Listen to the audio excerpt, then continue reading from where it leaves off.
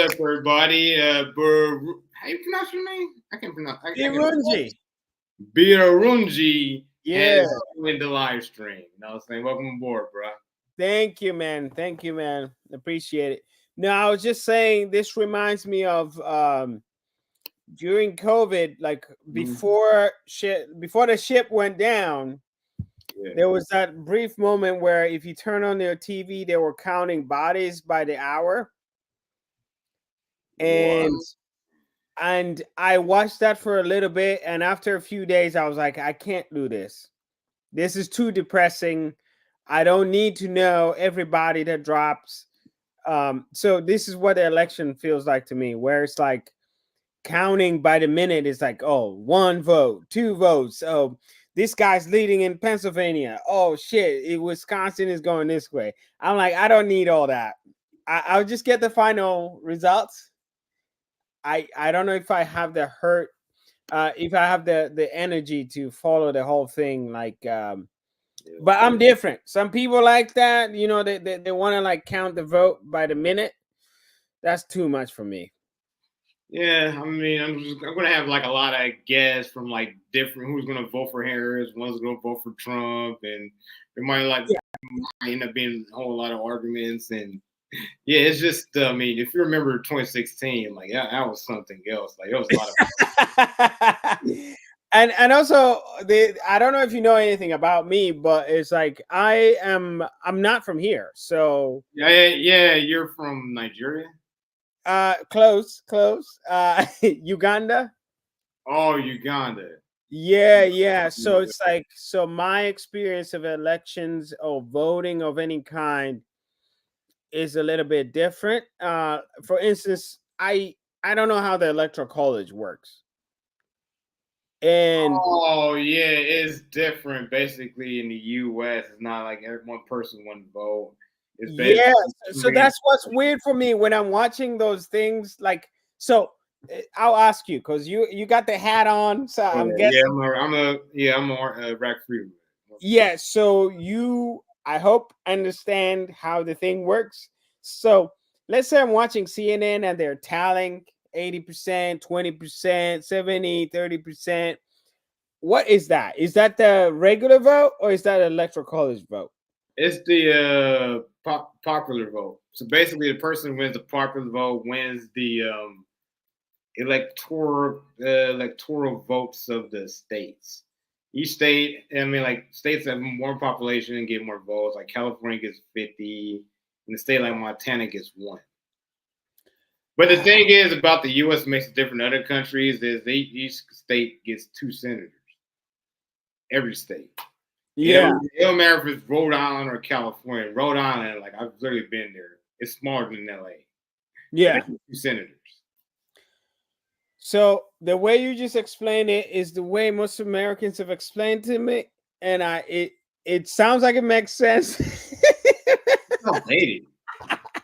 Bro, if you think about how the country was built, I mean, back when they wrote the laws, like my people were slaves. Yeah, so I'm not gonna lie, I don't get it. Like, I don't understand it. Like, yeah, basically the reason why is like that because the Republicans, they want to keep the rural power because most of the voting base comes from rural. Basically, it comes rural. You know what I'm saying? People in the cities don't vote for them. Yeah. The suburbs are leaving us basically stuck with rural voters. So that's why they want to keep that electoral college there. Oh yeah. Oh shit. Oh. Yeah, rather like it would be like this would be like Canada. Did you already vote? Oh yeah, I just voted. Oh my man! Yeah, I'm sorry, bro. Like I just wrote down my ballot and everything. I gotta drop it in, but yeah, I just voted. Nice. How does it feel? You feel a sense of relief? I know. In a couple of days, I hope the Trump show is over. I mean, like it's been 8 years of that, and like it's played out now. Yeah. So, like, I mean, so you're a veteran, so I'm gonna guess your experience is vastly different from the regular American, because I've met different kinds of people. You know, especially when it comes to people that I've served. You either in it, you know, you're like whatever the government agenda is, I'm all in, or you're disgruntled. You're like, man, I can't believe I ever fell for this shit. Where you at? Bro, let me tell you some sad shit because yeah, it's some sad shit, bro. Because I went to Iraq 3 years after Bush said mission complete. You remember Yeah, that photo? Yeah, let me show the photo. Hold on a second. yeah. Let's see that shit. I'm saying I love this bad boy up right now. Take your time, man. Mission accomplished. Yeah, take a look.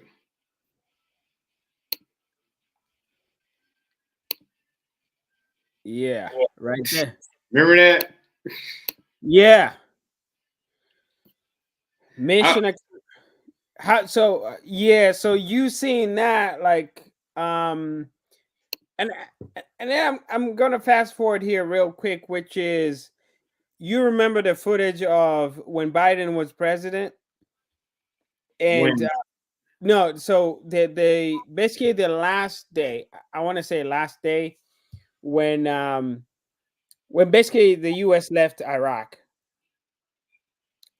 When they left like a bunch of guns and dollars. oh, you mean back when they left Afghanistan? They left all that military equipment.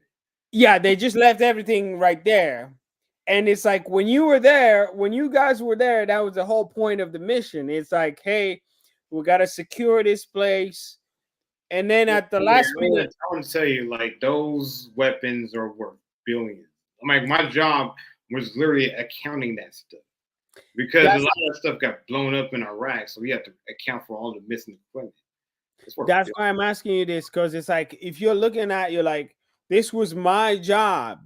And then it's like, oh, turns out you can just walk away. No, you not can't. No. not just as an individual, but even as a country, we walked away. We just like, whoop, not my money. Unfortunately, we're still in Iraq.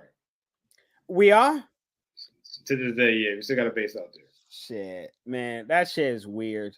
You want to hear something Let interesting? me ask. So you're from Uganda.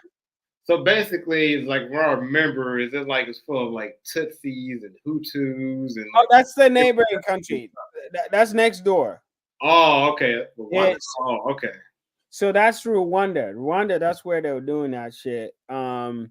Uganda is a little bit different. Well, yes and no. Uganda's a Rwanda is a very small country. Uganda is a very small country. But relatively speaking, Rwanda is much smaller than Uganda. Oh, okay. So, yeah, so when the genocide went down, that was 1994, 1995. Mm-hmm. I started school in 1994, 1995. So, but I was always a curious kid. So my biggest memory was at that time I was born in 88. So I was probably like, 5 years old, 6 years old. Mm-hmm. And I remember picking up the newspaper and reading. I was curious. I was always a curious kid. And I remember picking up the paper and reading about the genocide. And even as a kid, I was like, bro, this shit wild. Because what happened was, I forget, I think it's Lake Victoria or something. There's a lake that we share with Rwanda. Mm-hmm. And during the genocide, they were killing people, mutilating bodies, and they Oh, would drop them in the lake, and those bodies would float and come to Uganda. So we were having like bodies showing up with like sticks in there, like oh shit. yes, that's one of the memories I remember as a kid is reading a newspaper that they were seeing bodies just float to the top with like sticks inserted in them Okay, and yeah, I want machine. to show everybody Uganda because most folks don't really know where it is on the map. Yeah. You know what I'm saying? You gotta educate my audience. You feel me? Like, yeah, Do it, that's where man. it is. In Kenya, South Sudan, Tanzania, Rwanda, Burundi. Yeah, yeah. They're both. So Uganda's bigger it's than both of them. it is perfect. You know, you cannot be anywhere better than right side of a gold mine, diamond mine, like where all the iPhone parts come from. Yeah. And then right below Sudan, which Darfur region and all the conflicts that have happened over there, and then Rwanda Mhm. with the genocide. This is the perfect place to be. Like if you come back in another life and you're like, which country do I want to do I want to be born in? This right here, it builds character. This is where you want to be. Oh yeah, you know what I'm saying? I mean, y'all ain't spoiled like us. I mean, I've seen African movies. I've seen how Africa is. I know. I see there's little dryers in the houses. You know what I'm saying? You gotta like hang the clothes. I know. Oh yeah, yeah. That's I forget what state are you in? Are you the LA or I'm in California. Yeah, LA, South Bay, Harbor area. okay, okay. Yeah. So yeah, y'all hang your clothes too. No, we got dryers. No, bro, this ain't the UK, man. Like that's what they do out in America. We're in the US. You know what's weird is the more like I don't know about you, but it's like the more you move up in life, the things that are considered poor become novelties. So like Mhm. if you can hang your clothes, that's like oh, you're doing well. Like like you still put them in the washer, but if you can hang them outside, that means you live in a sunny city, a nice city. So I live in Portland, Oregon right now. I cannot hang my Oh, clothes. yeah, it rains. It just rains all Yeah, last year I day. was in San Diego. Last year I was in San Diego, so I Mhm. could hang my clothes. I can't hang my clothes no more. So it's Yeah, pretty try to sad. hang your clothes in Seattle, in Portland in wintertime. Yeah, I know No, it's gonna rain.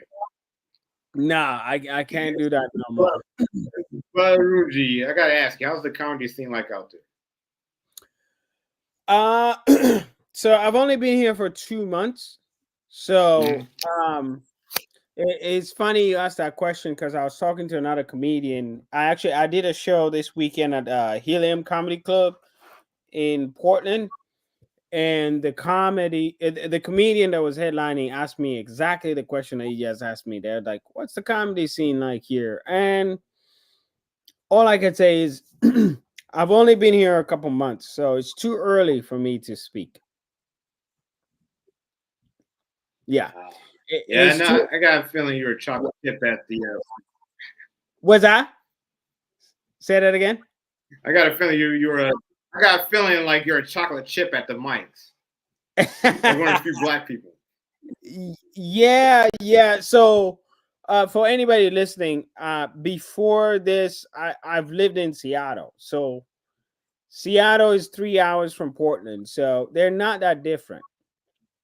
They're not that different. Yeah, yeah, no, I did an open mic in Seattle. I know. Yeah, yeah, yeah, yeah. So in a sense, but the thing about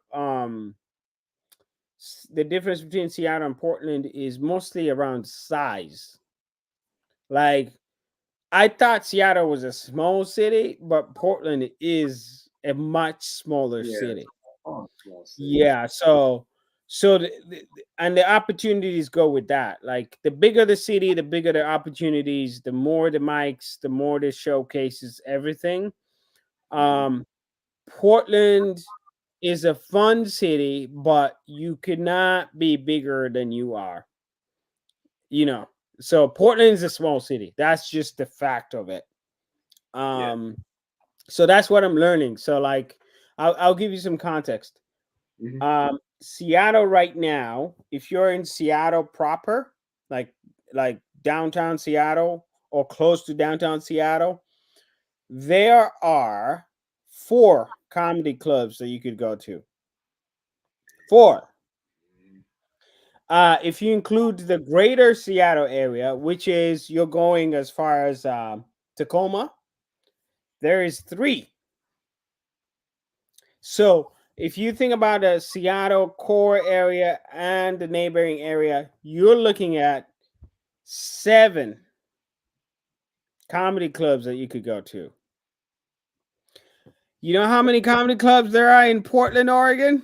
Less than strip clubs. What, 2? Or 1? 1. And so there's more bookstores than comedy clubs in Seattle. And there's more strip clubs, bro. There's like a strip club in the corner out there. Yes. So, yeah, Portland is famous for the strip club. So, I'm better off stripping than doing stand-up comedy in Portland, Oregon. Real, bro. Man, them women in them Portland strip clubs. Yeah, so that's the difference between the cities. It's but you just gotta be honest. Where it's like that's what you're working with, and you just gotta figure out what you're gonna do about it. So I'm trying to figure that out. Yeah, no, like from my experiences, like people in Portland, the people in the Pacific Northwest, they get easily offended over like jokes because they're not used to like edgy type of like humor. They do. But in my experience, I found it to be it's true in the city. If you're like, let's say you do a show in Seattle or Portland downtown, it's gonna be like that. But if you drive 30 to 45 minutes any direction, I know it's basically Kentucky. I know it's yes. So like for the longest time I used to do like these bar shows, like brewery shows and stuff like that. And my family was making fun of me because they were like, part of my family is white. I married into a white family, and they were like, how do you get along with these people? Because I would like go to like these small towns, and they text me the entire time. Like, are you sure you can go there? Are you good? Is it safe? And I go over there. I have a good time. I sell merch. Like it's just amazing, positive. Yeah, I mean, there's a lot of "Don't tread on me" flags out there. Yes, those things were in the parking lot, but I would say, bro, because I took the Greyhound bus over from like Seattle to like California, and I passed through Oregon. And once we got outside of Portland, it felt like it was I was like in Kentucky or something. It is like that. That's basically what it is. It is like that. It is like that. Which, personally, I like that challenge where it's like, okay, as long as this is not like the 40s or 50s, like you cannot like pull up on me or jump me or anything like that, you know? As long as you're not doing any of that, I'm like, okay, you disagree. Yeah, I say because Portland does have a really bad history of skinheads. Oh yeah, if you read the Portland history, it's very graphic, especially for minorities. It never used to be like this. So Portland gets a reputation for being like soft and all that good, that nicey shit. That is new. Back in the days, Portland was not a good place if you're a minority. This has just changed within the last few years. So, and that's what I'm saying is like if you drive 40 to 45 minutes any direction outside of the city center, you start to see what that is. And for me as a comedian, I'm just like, hey, can we find common ground? Like I know you guys probably like I would never live here. But for these 45 minutes that we're together, can we find a few things that we can agree on? And usually that's fun. Yeah, exactly. Like meeting the guests where they are. Like that's what I usually do when I work with different crowds. Because I'm gonna tell you, like, I'm in a different part of LA than the stereotypical Hollywood part. Because down here is more Republican. Yeah. A lot more Republican out here. So you can basically make get away with more Kamala Harris jokes here than you can in Hollywood or West LA. Interesting. Yeah. Well, yeah, that's an interesting thing. One of the I'm reading a few books right now, and one of the books I'm reading about right now talks about mirroring, which is when you're dealing with somebody. eh, For I'm this is not what they actually say, but I'm gonna boil it down for anybody that's listening, which is when you're dealing with somebody that's different from you, you have a few options. One is you can dig your heels in, where you're like, fuck him, I am me, they're them, I'm gonna do it my way. The second option is you could do what they call mirroring, which is I'm gonna drop a little bit and meet you where you are. Like I'm just gonna drop like the way you talk. If you talk slow, I'm gonna talk slow.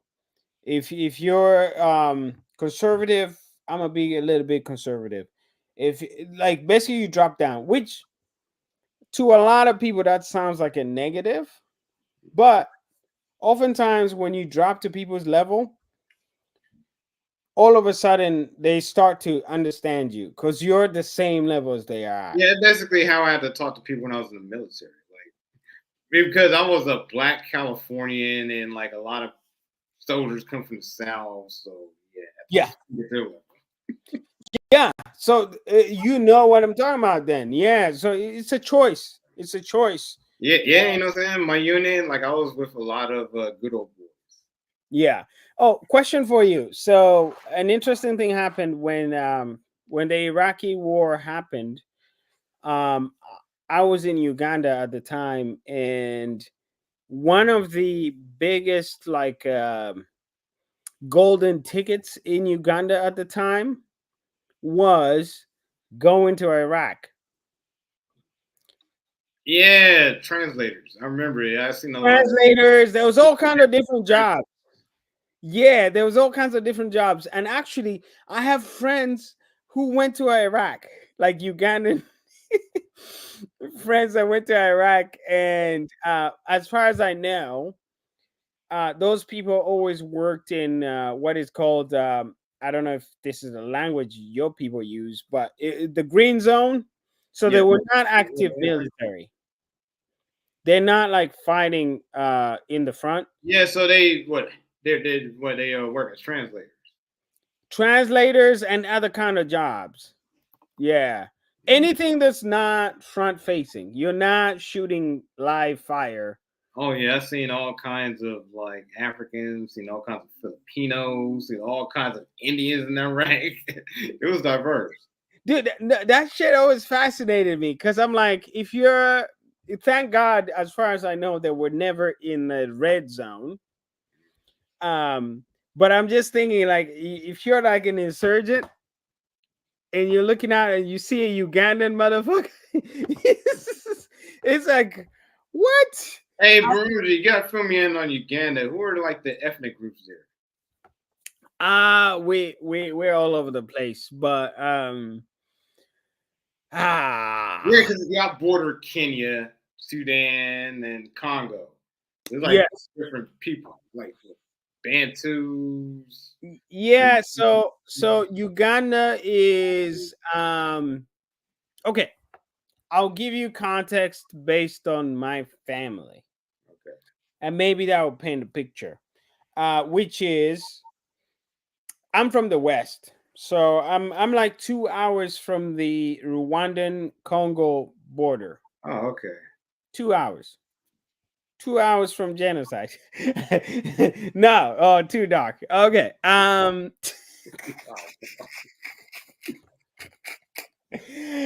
but I'm 2 hours from the Rwandan border. Um, but when I grew up, I went to school in the capital, which is 6 hours. Basically, from the west to the center Mhm. is 6 hours. And in the center, in the capital, they speak a whole different language. They still like if you're gonna go by like regular identification, we all look the same. But once you start to dial in a different people, you start to see a few things that you're like, these people look different, you know? So, like, if you look at me, I'm from the West, which is a little much colder. Mm-hmm. So, I don't know if you notice my complexion. Yeah, you're the same complexion I am. Brown skin. Yeah. Yeah. Because I know dudes that it come from my region that are 10 times lighter than I am. Oh, Because they grew up in the mountains where it's a little bit colder. The sun doesn't come out as much, but it's still there, you know? Interesting. But then I have friends who are from the north, the northern part of Uganda. That's closer to Sudan. Yeah, they look like those Sudanese people, the bold people. Yeah. So you know how their complexion is a little bit Dark. Akon. Yeah, we know they're pitch black. Akon. You know what? I think they darken Akon. Yes, they're purple. They're purple. Yes. So that's how the difference. But it's not just the difference in complexion.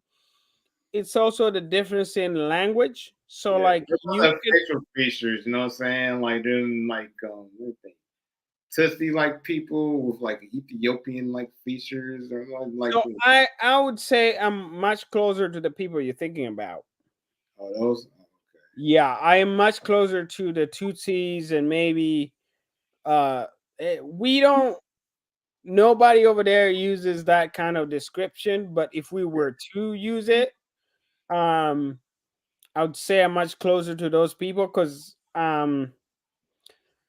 my tribe has more, like, if I was to gamble and guess, mhm. I'm probably like, if I was talking to somebody about this, I'm like, You gotta do a 23 and me, bro. no, that's what I'm getting at. Is like most African Americans are doing 23andMe and um finding out like where they're from in Africa. And I was thinking to myself, I was like, are there any Africans that are doing this kind of tests? Like within Africa. Like I want to know. Yeah, I've known Nigerians. Nigerians I've matched with, Ghanaians I've matched with. Yeah, because I want to know, like, I know I'm from Africa, but I want to know what part. Yeah. Because if I boil it down to specifics, I wouldn't be surprised if I have Ethiopian blood, Somalian blood, um, those two specific, like literally, when I look at those people and those people look at me, we're the same. Yeah, Like, you don't get like yeah.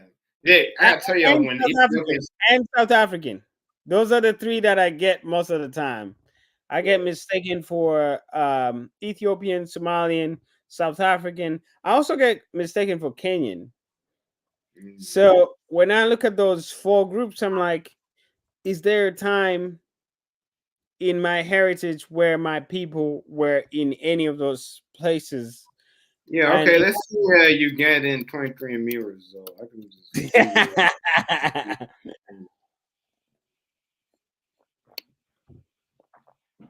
Ah, there we go. There we go. Let me blow this up.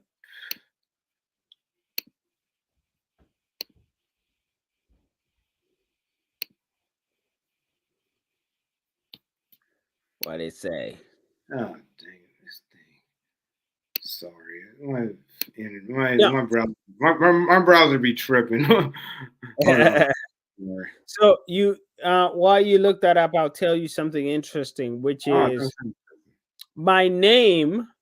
My name is multi-gender. mm-hmm. So Birungi can be a girl or a boy. The other fact is, uh, from my experience, I've met Birungis from Uganda, Kenya, and Tanzania. So it's a name that travels. Mm-hmm. Oh, Yeah, interesting. yeah. Could be a boy. What language is that? That's what I'm saying. It travels. So you asking me, I could give you my description, but it might be different from someone from Kenya or Tanzania, and then it's going to be different. Okay, I found somebody. Here we go. Right here. She Yeah, pretty. so, yeah, yeah. Pretty much, she is all southeastern African, a little bit Angolan, Congolese, and a little bit Sudanese. Yeah. Um, that makes sense. Tanzania. What Yeah, she interesting. used? Oh, she did 23andMe? Yeah, she did 23 Me. She did it in the U.S. Yeah, I mean Yeah. on the website right now, it doesn't cost that much. Only like seven, like $90. I want to do it. I'm not gonna lie, because I one time I asked my grandma about stuff like this, and she got mad at me. But then it's like she old school, so she thought I was. I don't know what she thought I was trying to do. She was like, "Oh, you're asking too much," kind of thing. Um, She is doesn't that know. yours? Let me ask you. Your mom knows the family background. Your family background. My no. So Yeah. Oh, Birungi. This is my 23 Me results. I'm let, 77% African, 21% European, 1% Asian. let me turn on my Denzel. My name. Yeah. Hey, but take a look. This is my biggest ancestry. I'm Nigerian. Nigerian. Yeah, Take you that both. head up and let me see that forehead. That's the only proof I need. Oh, you Nigerian. There you go, bro. No, He 18% Ghanaian. Yeah, bro. Yeah, bro, I gotta tell you, I'm 12% you too. Take a look. Nigerian shit. I gotta tell you, you might be related, man. Because look, you're 12% Congolese and Yeah. Southern East This Africa. is this But is let's what yeah, take a look. I'm like a quarter white.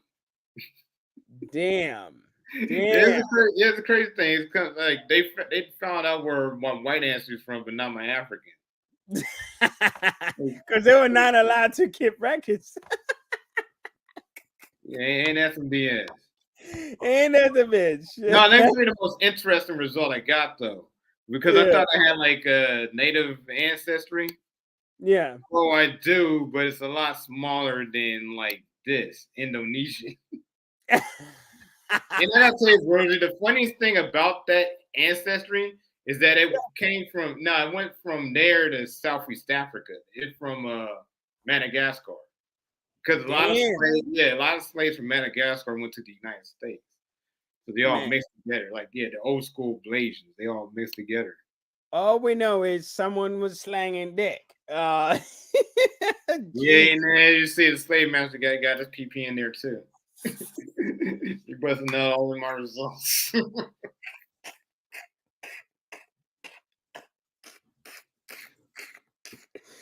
Ah, so how does this make you feel? Like, do you feel better? Like, what do you Nah, feel? I just confirmed what I already knew, but yeah, I did learn a lot about the African tribes I'm from. You know, I'm a Nigerian Igbo. Igbo tribe. Nigerian Igbo. Have you been back? Like, Nah, I'm going to Ghana next year. I got an ex that lives in Ghana, so I'm gonna go see her. you're And I dating. gotta tell you, like I gotta tell you, I did a live stream with her last year when she was in Ghana. Oh, you're dating a Ghanaian girl. Nah, she's Black American, but she moved to Ghana. Oh. But she's about as black as they are. She's Akon. Yo, Birungi, we finna wrap this stream up, my man. So, any future projects coming up? Uh, I'm gonna be the biggest one I have. Usually towards the end of the year, I take a break because Christmas, Thanksgiving, it gets a little bit slow depending on the city that you're in. Mhm. But the big one I'm doing before that happens, I'm gonna be there's a festival. It's called the Seattle International Comedy Festival, and it features comedians from all over the world. I did it last year. It's a competition, so Mhm. like there's judges and shit like that. I did it last year. I came in fourth, so I didn't win, sadly. But I placed top 5, so I'm coming back this year to host. Mhm. So I'll be a host for 4 shows. So a different set of comedians is coming in to compete. I will be hosting. The shows are really good. If you ever get a chance and you want to do it, I highly recommend it. Mhm. I'll be doing the 13th, 14th, 15th, and the 16th. This is all in Washington. Oh, okay. Yeah. Interesting. Interesting. Thanks for letting me know, my man, and thanks for joining my live stream. You was a fun guest. You're enlightening guest. Learned a lot from you tonight. No, I had a good time, and I know you wanted to talk about Tony. I know we ran out of Yeah, time. yeah, yeah. That's what I wrote about. Yeah, you didn't hear about the Tony Hinchcliffe thing? Like, I'm gonna tell you, I was No, almost, I was kidding. I was kidding when I said I'd never heard of it. yeah, I was almost on that man's show 2 times. I know. I was in Austin last week, and I was gonna do his show. Oh wow, Yeah. So I've bro, heard of him. I bro, have heard. I was so close. I was so close to getting called and killed Tony. Like he said, my name John, and I got up, and then the last name started with an R. Like, damn, Yeah. I had my break. So I'll give you my hot take about the whole thing that happened with that, like the RNC thing and whatever. Here's Mhm, my thing. As a comedian, I get it. We try shit. Sometimes it works, sometimes it doesn't work. It's all good. mhm, Um, my understanding, and this is from one of his friends, and by one of his friends, I mean Joe Rogan. mhm. He warned him about that joke. He said one of these days it's not going to work out. That's what he told him.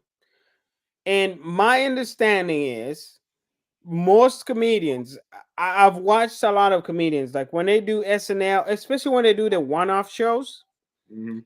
you work on that specific set and then you do it and then you don't do that joke no more. It's like you're doing a specific thing. My understanding is he's had that joke in his act the whole time. So when he headlines, which he headlines all the time, he's doing that joke and he's getting mixed reactions. And he's like, no, I still think it's a good joke. And then the week he was supposed to do Madison Square Garden, he goes to a comedy club in New York. He does the joke, gets that mixed reaction. And this is what Joe Rogan said. He told those people in the small comedy club, he's like, y'all idiots. I'm gonna take this to Madison Square Garden, and you're gonna find out. You know what, Burns? I heard some news like he was going to call Kamala Harris the C word too, but they took that off. Yeah, So like yeah, like his material works in a stand-up comedy set, not at a no, political. no, no, no. But this particular joke doesn't even work in. No, it didn't. And the thing is, New York has a lot of Puerto Rican people, so he was just what trying to make that joke to piss. Oh. No, that's what I'm saying. It's like he tried it in his regular set in whatever city he went to. It's a short joke. This is one. This is comedian to comedian. I'm gonna talk to you right here, comedian to comedian. That is a really short joke. There is a pile of garbage floating in the ocean right now. I believe it's called Puerto Rico. It's a short joke. You can move things around. He has not moved things around for months. From what I'm hearing, he's been telling it the exact same way and getting lukewarm reaction and going, this is still good. And that's the joke that's going to kill Trump's presidential campaign. I hope it I know does. a lot of Ricans, and they're very heated about that. And he lost the endorsement of Nicky Jam. Said he's going to vote for him. Like, no, no mas, no mas No votar. much, no much, no much. No, so you want to hear something funny? I did an Instagram post about that joke, Mm-hmm. and it's been popping, good reactions, whatever. But also, I've gotten the hate that comes with it. Oh my goodness!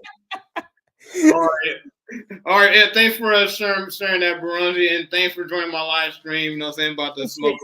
So have a good night, everybody. Peace out. All right, take it easy, bro. Bye.